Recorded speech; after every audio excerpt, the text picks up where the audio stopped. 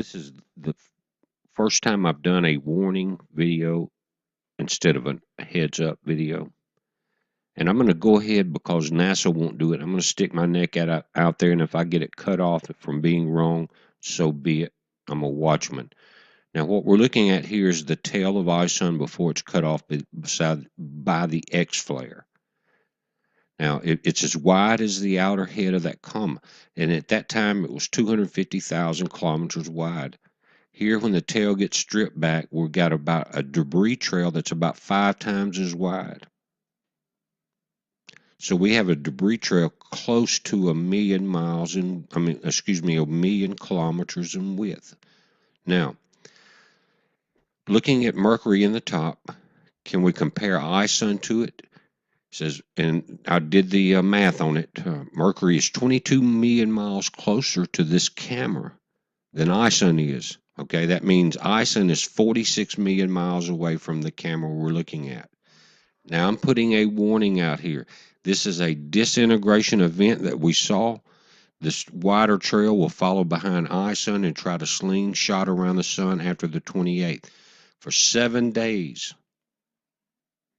If we look at the spread, if there are no other events, again, this is why I'm saying we got the math on this thing.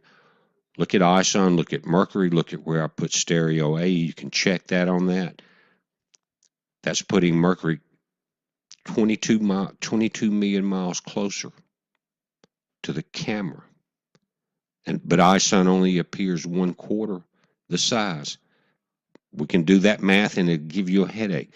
Guys, I took electrical engineering, was my first major in college. It was nothing but trig and calculus. Now, this is the path. This model was before the breakup, and I put this on the 8th day.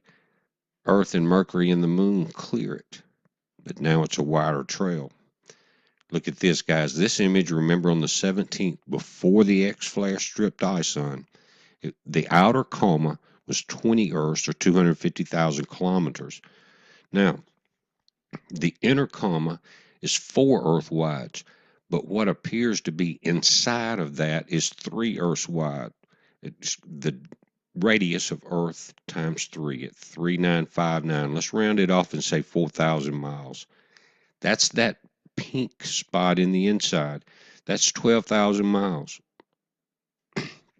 Is this a simplified way to do the math? Maybe it is. But guys, I want to show you a couple other images. But this information that you're looking at with the Earths compared to to ISUN is not mine. This is from the astronomers and what they showed you, and I showed you on Bruce Guerrieri's site, his calculations. Now look at the new images he's got. And I've got the word ISUN up there. Look at the red wings on this thing and the eye in the middle.